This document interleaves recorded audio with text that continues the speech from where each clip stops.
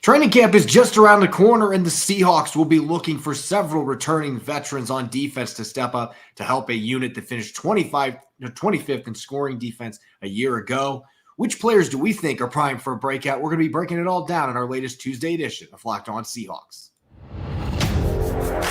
You are Locked On Seahawks, your daily Seattle Seahawks podcast. Part of the Locked On Podcast Network, your team every day.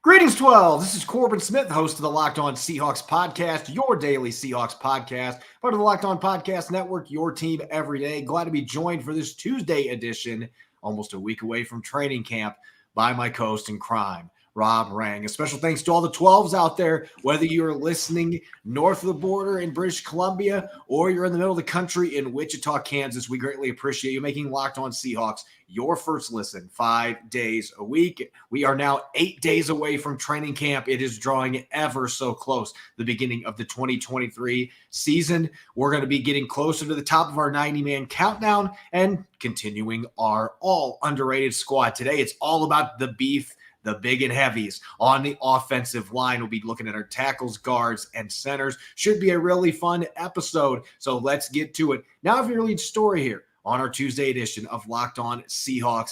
As we detailed yesterday, the Seahawks are going to be looking for several of their returning veterans to rise to the occasion and make a big leap in 2023. On offense, there aren't near as many question marks when they finish in the top 10 in scoring. Almost all their key players are back, from the offensive line all the way to the running backs and receivers.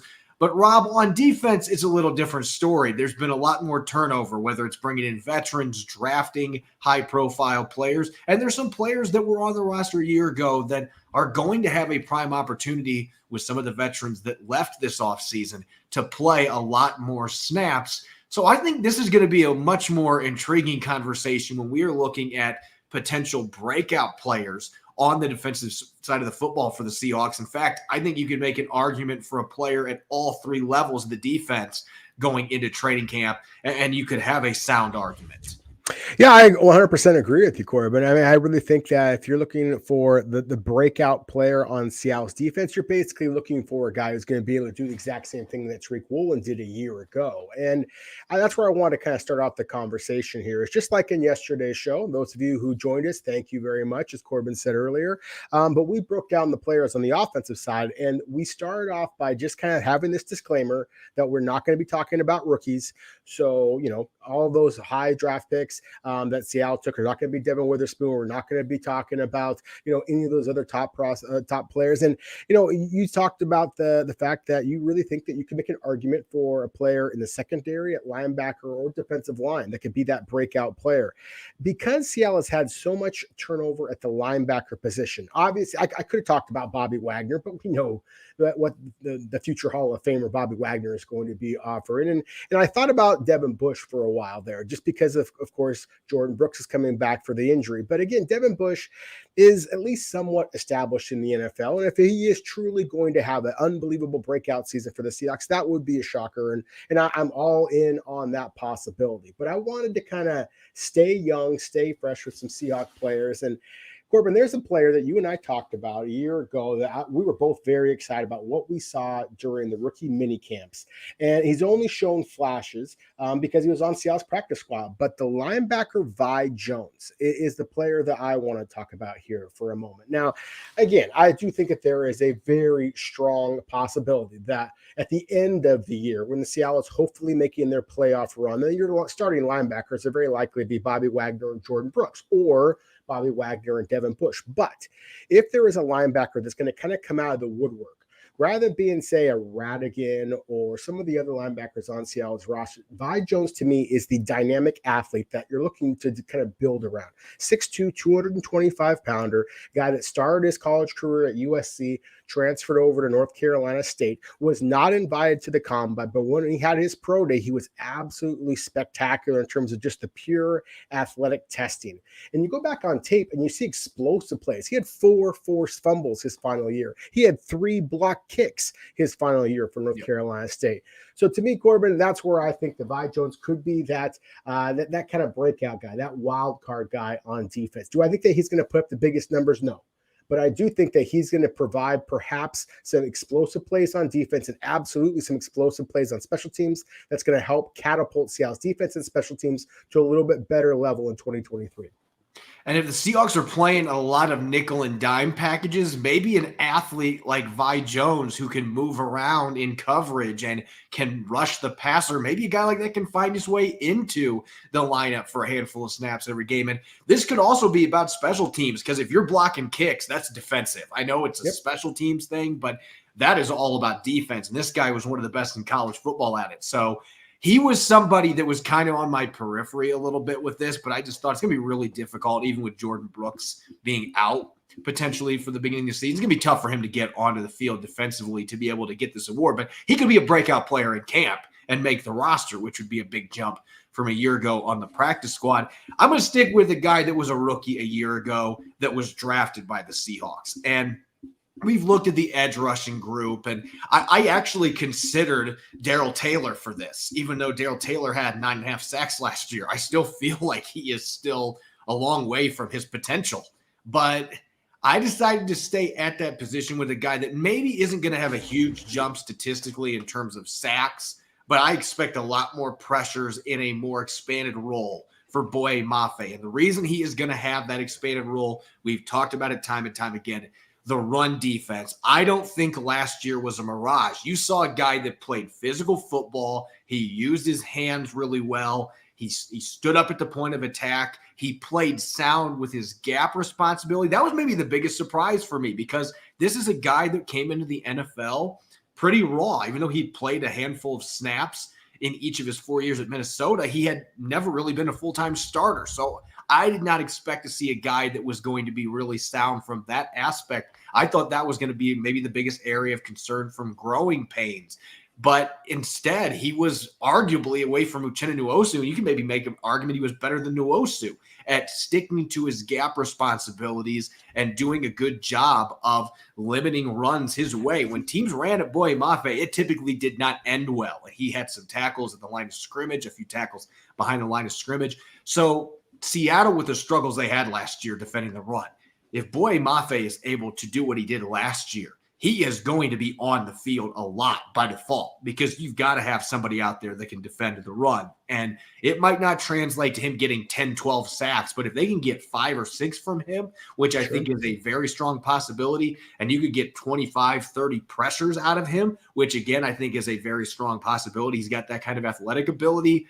Then he has a chance to be a breakout player, even if it doesn't necessarily translate to a huge jump in sacks. You can see it in big statistical jumps elsewhere. So Boye Mafe is certainly a player that I think has a really good opportunity to be a breakout player for the Seahawks. And my honorable mention, I mentioned Darrell Taylor, but I'm actually going to say Kobe Bryant as an honorable mention, just to throw a tidbit out there, because this kid last year had 4 forced fumbles and he gave up no touchdowns in the last 9 games of the season in the slot corner position. It was a new position for him.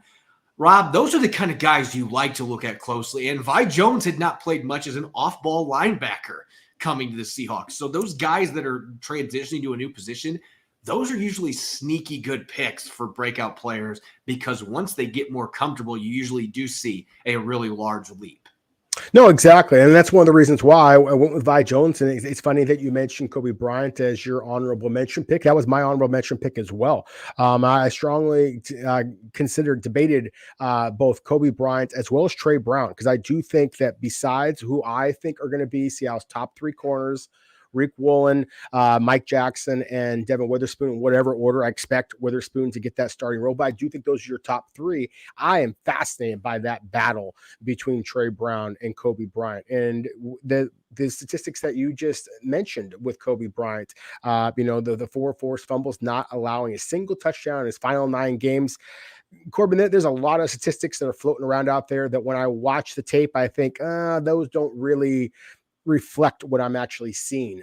Those absolutely reflect what I saw with Kobe Bryant a year ago, and that's one of the reasons why I'm very excited to see what he's able to do in year 2 as well.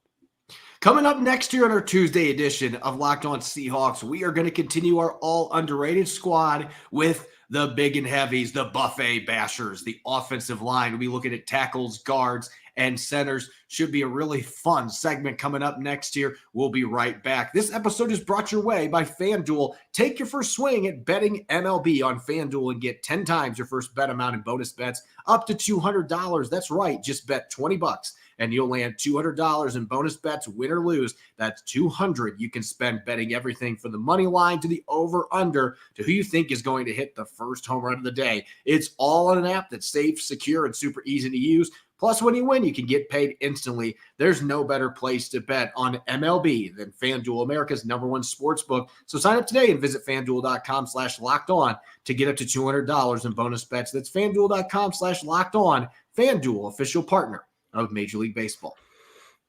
You're listening to the Tuesday edition of Locked On Seahawks. I'm your host, Corbin Smith. Glad to be joined, as always, by my co-host in crime, Rob Rang. And a special thanks to all the 12s out there. We greatly appreciate you making Locked On Seahawks your first listen 5 days a week. For our everydayers, we're finally going to get to the present interior offensive line on tomorrow's show. We've had a lot to talk about the last few days. We're going to continue our training camp preview with the guards and centers, a position group that the Seahawks expect to be upgraded heading into the 2023 season. You won't want to miss it. Continuing our all-underrated squad, we've really touched on most of the skill positions to this point, Rob. We've got the electric running backs, the receivers, the quarterbacks. We've had a chance to look at corners and linebackers and safeties. It's time to get to the big and heavies, though, the ones that win the football games, the offensive line. And most of the Pete Carroll tenure, offensive line has not been viewed as a strength. But if you look back at earlier Seahawks squads, there have been some really good offensive lines, even on teams that didn't fare well in the win-loss column. And I think that's going to be reflected today when we look at tackles, guards, and centers on our all-underrated squad. Let's start with the most important positions, especially left tackle, the tackle spots for the Seahawks. And I'm curious what direction you went here, because I feel like Seattle, Walter Jones clearly is in the clouds compared to everybody else that's played tackle for the Seahawks. But there's been some other pretty good ones in their 40-plus years of existence that have played left and right tackle for this team. Oh, no question about it. And as you said, I mean, Seattle has a pretty strong record as far as having very talented offensive linemen. And you name drop the best of the bunch, of course, on Walter Jones, but the Hall of Famers and Steve Hutchinson and Kevin Mawai, I mean, it's 3 different Hall of Famers, different positions. So that speaks for itself. Several Pro Bowlers. And as far as the tackles, I think our mindset immediately goes to that all-important left tackle position. Certainly what we saw just this past year from Charles Cross, what we've seen here recently with Dwayne Brown, Russell Okung. Seattle's had some very good left tackles. I'm going to start off with one of the very first round picks that Seattle used on an offensive tackle, and that being Andy Heck. Now, I'm dating myself a little bit here, Corbin, and there's a reason why I'm wearing this Boston College shirt. I'll get to that in a moment. But real quick with Andy Heck, for those Seahawks fans out there who don't remember Andy Heck, and maybe you won't, because Seattle drafted him 15th overall all the way back in 1989. So, Corbin, you may not have been around at that point, but I was a month old. I remember it vividly. There you go. Well, I certainly do remember 1988, actually. Notre Dame, Lou Holtz was the coach. The Fighting Irish won a national championship. They were on TV, of course, every weekend. And along their offensive line, they were very good then, too, was this guy, Andy Heck. And he winds up being Seattle's number 15 overall selection, first-round pick. He was a co-captain for them. And I just saw a player that looked like he was ready right out of the box, and it was going to be kind of the new guy that Seattle kind of needed. He did not actually start as a true, or as his first year, but he wound up starting 12 years in the NFL. He started for 5 years, played 5 years with Seattle, 4 years of which was a starter. He started 164 games in his NFL career, but never got a Pro Bowl nod. The last 19 years, he's actually spent as an offensive line coach all throughout the NFL, the last 10 years in a row in Kansas City. Right now, of course, there's the defending Super Bowl champions, Andy Reid, a former offensive line coach himself as the head coach. I just see Andy Heck as being one of the truly most underrated offensive linemen in Seattle's history because he was very good. He was very reliable. And again, he's a player that I know is a first-round pick, that he's got people know about him, but I don't know that there's a lot of people in today's modern era that know anything about Andy Heck. Yeah, Heck was an interesting player, but I think he's had a more dynamic coaching career than what he did as a player. And maybe that's taken away from his accomplishments on the field, what he's been able to do in Kansas City. I stayed a little bit more recent because you mentioned Russell Okung, and I get why some Seahawk fans have not necessarily been big fans of him over the years because of the injury issue. He had a lot of durability concerns during his time in Seattle, but he was a Pro Bowl selection at one point for the team, and he was a key member of that Super Bowl winning squad in 2013. He started in that game. He was a player that I felt like if he could have just played a few more games, a couple other seasons, he would have been a Pro Bowler. That year that he was a Pro Bowl selection, he might have been an all-pro pick if he played in every single game. He just always had one little nick or bruise that cost him a couple of games. There were a few seasons where it cost him more than that. So the injuries were certainly an issue, but you want to talk about an athletic left tackle that looked the part and could get after it in the run game. Marshawn Lynch loved running behind Russell Okung, and for good reason, because this guy was nimble with his feet, but he also was nasty. He had the mentality we're looking for a downhill run game. And so I thought he was a very good player. I think it was a good first-round pick. I know some look at the position, picked 6th overall. You expect the next Walter Jones, but that's probably expecting a little bit too much. He still had a very solid career, had some good years with the Broncos and the Chargers to close out his career as well. Now, if you've seen him, he's like 1/3 of the size he was when he played for the Seahawks. So it's hard to tell that the guy was a tackle in the NFL, but he was a really solid one at that.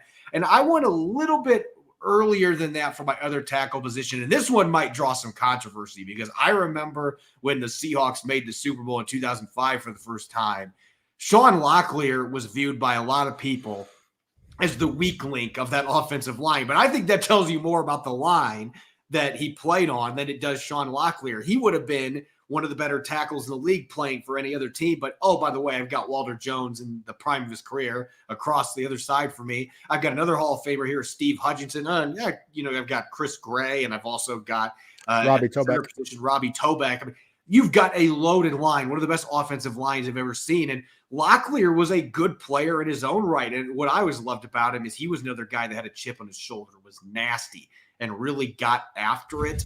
And so I know that he's a player that people look at, and he had some big penalties in the Super Bowl that really weren't penalties. The holding penalty that John Madden was like, I don't see the hold.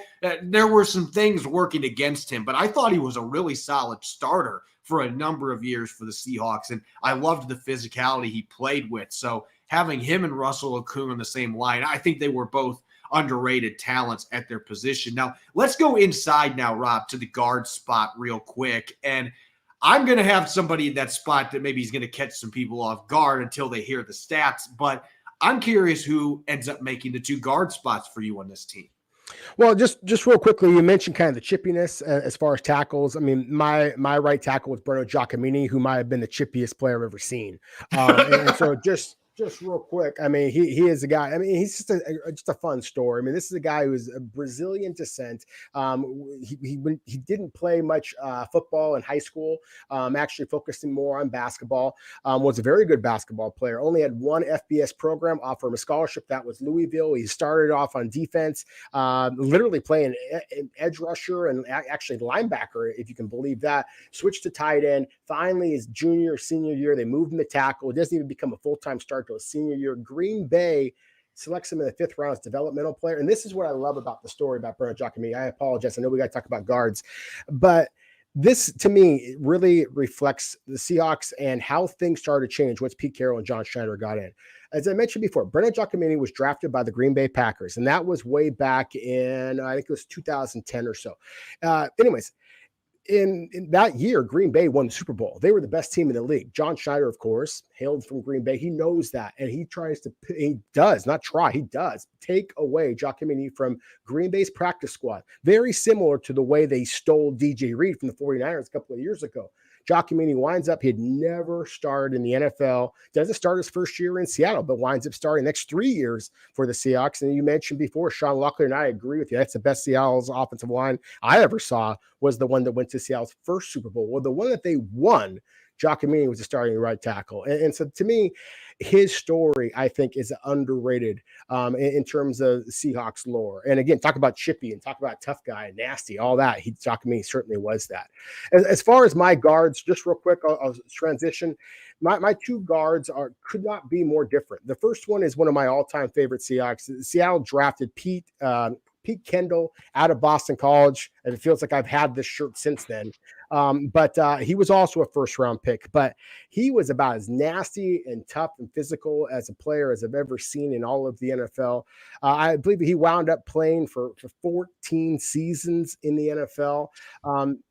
5 of them in Seattle. He wound up going and playing very well elsewhere. But I just think that he is one of the all-time most underrated offensive linemen. Never went to a Pro Bowl, missed one start. In every single other game that he played, 189 games, he started 188 of them. So to me, that is just the epitome of reliability. But as I mentioned, he was the first-round pick from Boston College, a well-known program. For right guard, I'm going to switch to kind of a little bit of a smaller school program. They, at that time, were known as Northeast Louisiana. It's now known as University of Louisiana Monroe.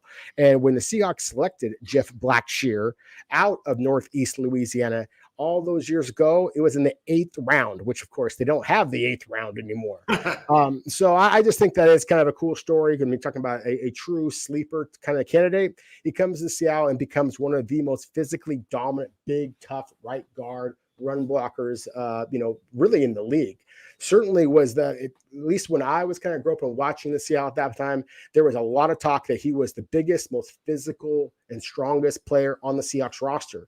When he went to the Baltimore Ravens, I kept reading up on him, also was considered the biggest, strongest, most powerful player for that team. And that's saying something for the Baltimore Ravens of that era. So we're talking about a terrific player, a 6'6", 330 pounds, unbelievable power. And the impact that he had on Seattle's running game, really spoke for itself. Was not a great pass protector, but in terms of moving people to the line of scrimmage, we talk about like more recent players like a DJ Fluker or a Jermaine Ifedi, just big, powerful kind of guys. Jeff Blackshear was one of those type of players. It's funny that you mentioned Pete Kendall, because I'm going to be staying in the same era. As I mentioned, there were some bad Seahawks teams that had some really good offensive lines. And I keep saying this on the show. If those early to mid 1990s teams could have just had an average quarterback, they'd probably win 10 games because they had a good offensive line. And one of the centerpieces, Kevin Wise, in the Hall of Fame. So people are going to be laughing. Why is he on your all-underrated team? This is based on his time in Seattle. He played his first 4 seasons in Seattle.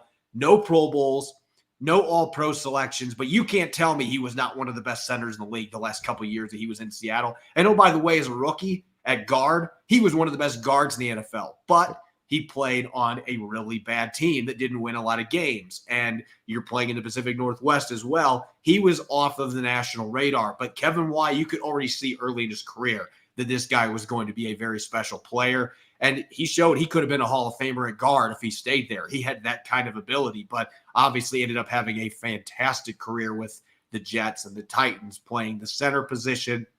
Now is in Canton, but he was a guy that really set the tone up front, opened things up for Chris Warren, and also was a very good pass protector. He could do it all. One of the best interior offensive linemen that's played in the league, and Seattle had him in the first 4 years, and he was really good. Just nobody really noticed unless you were a Seahawks fan.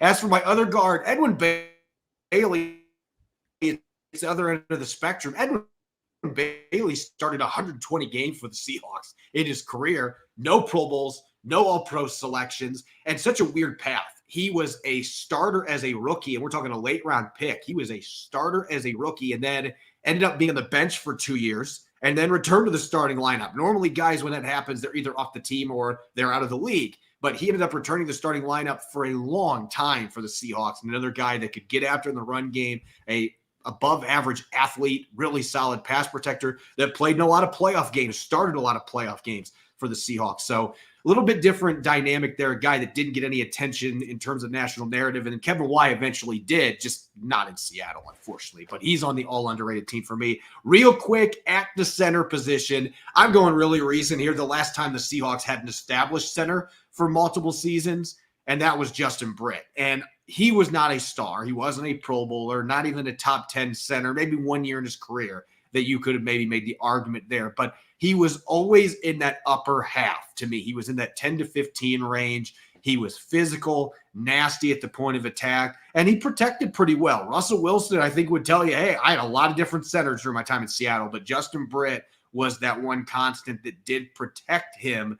And so even though he wasn't an all-pro or Pro Bowler, I mean, there's a big drop-off from Max Unger and Robbie Tobeck, the two elite centers in Seahawks franchise history. I feel like Justin Britt, though, deserves to be in that next category as a guy that was a really solid starter, just not a star at the position. Oh, I 100% agree. I think that you could win with players like Justin Britt. I don't think that you have to have the best player every single position. Britt, I thought, is a terrific choice, in my opinion. I'm going to throw a little bit of a curveball myself at the center position. That's with a veteran who played 17 seasons in the NFL, Corbin. Only 2 of them with the Seahawks. So I guess in a way, maybe I'm stretching the rules here, but Ray Donaldson, again, it's such a incredible story that I want to make sure I highlight him for a moment. When he signed with the Seattle in 1993 and 1994, as we talked about, Seattle was not a very good football team. They had never led their conference, which in those days, of course, was the AFC. They were part of the AFC West with the Broncos, the Raiders, the Chargers, and the Chiefs. And Seattle had never had any type of dominant running game. And then they signed Donaldson. Donaldson had gone to 4 Pro Bowls with the Baltimore Colts. And he winds up actually going to 2 more Pro Bowls with the Dallas Cowboys after he leaves Seattle. It's amazing how when good players go to Seattle, they don't go to Pro Bowls anymore. That's still a theme in today's era, I suppose. But the point I'm making here, though, is that when he did come to Seattle, that was the very first year, 1994, where Seattle did lead the AFC in rushing yards. He was the 30th overall pick. That was a high second-round pick in those days, and centers just to get drafted that high. When he actually earned the starting job in the beginning in 1981, they announced the starting roles, starting players. He was the very first, at least according to the different information I've read online, including in the Hall of Fame, that he was the very first black man to be named the starting center for any NFL team entering the year, which is an unbelievable accomplishment, obviously. So all of those different things are reasons why I think that Ray Donaldson, to me, is a very fitting member of our all underrated offensive line for the Seattle Seahawks. As I mentioned before, only 2 seasons in Seattle, but Corbin, he wound up playing 244 games in the NFL, starting 228 of them, did win a Super Bowl with the Dallas Cowboys after his time in Seattle when he was the oldest starting center in the NFL. I think the guy should be in the Hall of Fame. And so I definitely wanted to mention him. Maybe he can get one of those hats that has the 5 different teams on there because he played in a lot of different clubs, but one of them should be Seattle.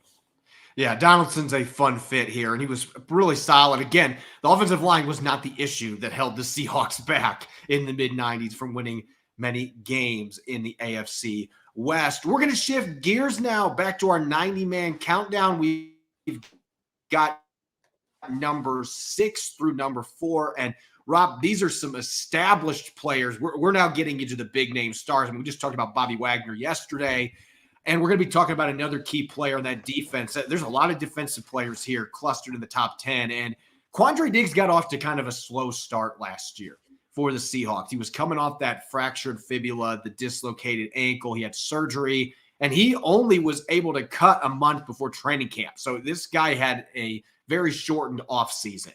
And you could see that early in the year. But once we got to the second half, you started to see the ball hawking Quandre Diggs of old. 4 interceptions in the last 7 games. And He led all qualified safeties, Rob, 47.6% completion percentage against. So teams, when they tested that post or the seam route, Quandre Diggs was, as he always has, making them pay for it and had a 60 quarterback rating against. I mean, he gave up one touchdown, but otherwise he was near flawless in coverage. There maybe was more missed tackles early in the year, but overall had another really good season. And with a regular offseason, I'm expecting this could potentially be Quandre Diggs' best season when you look at the talent that's around him in that secondary.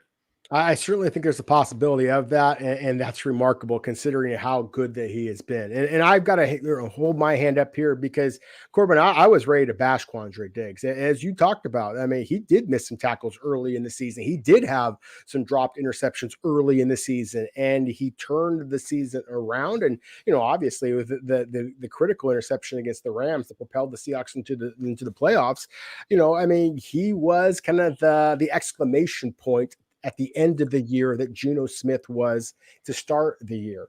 And so I think it was truly a very remarkable season in a lot of ways for Quandre Diggs. And we have to remember, this is a guy that was a day 3 selection. He is shorter than most safeties. He doesn't have the elite size or the elite speed that some safeties have, but he is as instinctive and as, cagey, I guess, as just about any free safety out there. I mean, he will set people up the way that the great ones do. I mean, we throw out names like Ed Reed and guys like that, but that's the type of instincts I see with Quandre Diggs. And as you talked about with the secondary play and all the talent that Seattle has back there, if Seattle truly does have a couple of corners that we believe that can be true man-to-man kind of guys, allowing Quandre Diggs to go back there and just kind of roam and play center field when you have at least one more safety in Julian Love that can cover now, and you have another safety in Jamal Adams that might be able to get a pass rush.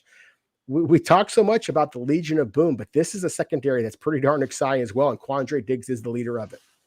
Yeah, Quandre Diggs is the expert at putting the butter on the bread, buttering up the quarterbacks a little bit, giving them a look, and then, oh, wait, he's not doing what I thought he was going to do.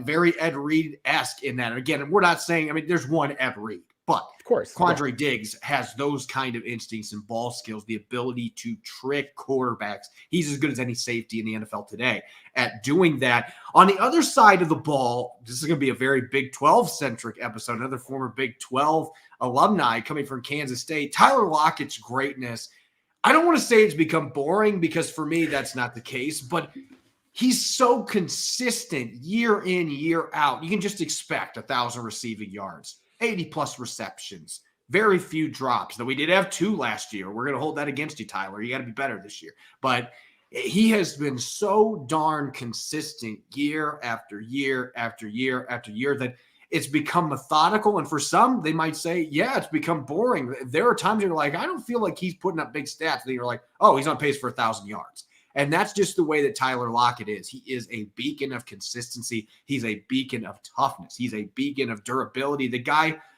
missed one game with a fractured hand as a receiver and then came back late in the season for the Seahawks. So this guy checks off all the boxes. We've talked about how he's extremely, speaking of underrated, I mean, criminally underrated still because the numbers he puts up. And I almost wonder if it is because of that consistency, never reaching the level where he's getting like 1,600 yards in a season, but he's so consistent year after year, 1,000 yards. He's going to get you 8+ touchdowns every single year. I mean, he does it year in, year out. And that's what makes him, in my opinion, a top 10 receiver in the NFL, even if he isn't nationally viewed that way when he should be.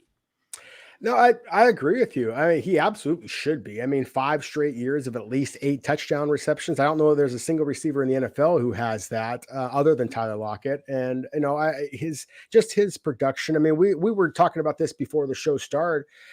Corbin, he was credited or blamed, I guess would be a better word, for 2 drops. And we were like both surprised by that because he is so consistent. It's like the word, you use the word consistent there a lot. It's almost predictable and boring, I think, is the way that some people look at it. It's like, oh, well, it's 3rd and 8. So Tyler Lockett's going to do an 8-yard comeback and get that first down by a half an inch. I mean, he is a magician at that. I mean, his understanding of the sticks and where he has to get to, understanding the sideline, the way he drags his feet. He is just remarkable in that way. Now, again, kind of like Quandre Diggs. I mean, the scout in me, I see a 5'10", 180-pound receiver that when the wind starts blowing through that stadium, I worry that's going to knock him off his route. But damn it never seems to do that. I mean, Tyler Lockett is just remarkable. I mean, in that he just does it over and over and over again. So we mentioned a great one in Ed Reed before with Quandre Diggs. I'm going to kind of cite or mention a great athlete from a different realm, and that being boxing. And I just remember Roy Jones Jr. seeing a guy that was short and quick and just was able to kind of dominate the sport for such a long time. That to me is kind of like what Tyler Lockett is like, in that he is smaller, and so people kind of just look past him, look over him, whatever you want to say. But at the end of the day, he just continues to win, continues to answer the call every time. I think that he is one of those guys that, truly epitomizes what it should be to be like the NFL's man of the year type of guy. He was, of course, Seattle's, the person that they nominated this year. And I think that he deserves that because he not only is a great player, but he's a great man off the field as well, at least from everybody that he talked to raves about him. So again, I think that he is the type of player that we should be kind of acknowledging as underrated. I think this is the perfect episode to be talking about number 16. Only player in the NFL, Rob, the last 4 years with 1,000 yards and at least 8 touchdowns every single season. No other player, not just receivers, no other player has done that in the last 4 years. So again, nobody's got the consistency of Tyler Lockett. Going into year number 2, capping off this segment here of our countdown, and I'm still getting used to saying Reek Woolen, but that's now what formerly Tariq Woolen is being listed as on Seattle's roster. That's what he's preferring to be called. So Tariq Woolen, coming off of a top 3 finish for Defensive Rookie of the Year, tied for the league lead in interceptions, had 9 pass breakups. He was charged with 5 touchdowns allowed. I still have my qualms about that, but we'll leave that for another discussion. But nonetheless, a remarkable rookie season. Made the Pro Bowl as a 5th-round pick coming out of UTSA. He had played corner just 2 years in his entire football career. The last 2 years at UTSA, he's still really raw at the position, and that's what makes it crazy what he was able to accomplish last year. You got to give credit to the coaching staff, but you also got to give credit to the young man with such incredible athletic gifts at 6'4", 4.26 speed. You put all those tools together, and sometimes you can just get away with things because you're so much better than everybody else. And I think to an extent we saw that last year, but you also saw instincts that I did not expect to see from somebody like Tariq Woolen, who had not played very much corner in any level of football. You saw some things that was really what surprised me. The ball production, he was a former receiver, so you could have expected that, though he didn't have very many interceptions at UTSA, but you saw the hands and all those things. Those were more predictable, but seeing a player that became more comfortable schematically and comfortable with understanding football, I was not expecting that at all in his rookie season, and I think that was the difference maker. And oh, by the way, he's only going to get a lot better in that regard. I certainly hope so, because if he does get a lot better, then we're talking about one of the absolute best in all of the NFL, because he was dominant last year, Corbin. I mean, in the very first game of the year, of course, Seattle beats Russell Wilson in the visiting Denver Broncos. And I was fortunate enough to go to that game and be there in the press box. And I was asked to write an article for Fox Sports about who was going to be the standout in that game. And the presumption was that it was going to be Russell Wilson or perhaps Geno Smith and taking over the Seattle crowd and all that. And I wound up writing about Tariq Woolen, because when I watched him, I saw him absolutely take away half of the field. And I saw a quarterback and Russell Wilson, who I know normally would love to attack a young corner. And so the fact that he did not do so, to me, just set the stage for what a spectacular rookie season, the best rookie season of any defender in the NFL a year ago. That's a hill I will die on, because I just saw, Sauce Gardner, and he made some great plays, but not the type of impact plays that Tariq Woolen did for the Seahawks in every different way. And you talked about the fact that, when we were in the pre-draft process, that we had some questions about the hands, perhaps. I mean, he had one interception that I watched where he caught the ball with a club on his hand. And so I wasn't so worried about that, but I was definitely concerned about run support. There were so many comparisons being thrown out there. Oh, this guy's going to be the next Richard Sherman because he's a former wide receiver. Ha, ha, ha. And people forget how physical Richard Sherman was as a run tackler, how reliable he was. I mean, he's one of the greatest, most reliable open field tacklers I've ever seen at the cornerback position. So I was terrified that there was going to be all this hype on Woolen, and then he was going to basically just be a rodeo cowboy and just miss every single lasso type of bailing, trying to trip people up at their feet, not really face up and tackle. And yet that's what he did. As he was physical, he was a reliable tackler. Sure, he had a couple of mistakes, and obviously the ending the year on the down note against the 49ers in the playoff loss hurts. But I'm hopeful that he is going to use that as motivation to be even better this upcoming season. And as I said before, Corbin, if he gets any better, then again, we are talking about yet another great cornerback on Seattle's team. As always, you can follow me on Twitter, Corbin Smith NFL. You can follow Rob at Rob Rang. Subscribe and follow Locked On Seahawks on YouTube. We're almost to 14,000 subscribers. Let's make it happen, 12, and wherever else you listen to podcasts. Make sure you don't miss a single episode. Coming up tomorrow, we'll finally be looking at that interior offensive line, the guards and the centers, continue our training camp preview. And I have a feeling that we're going to be talking about uniform aesthetics tomorrow as well, Rob. Should make for an interesting Wednesday episode. Hope you'll be joining us. Enjoy the rest of your Tuesday. Go Hawks.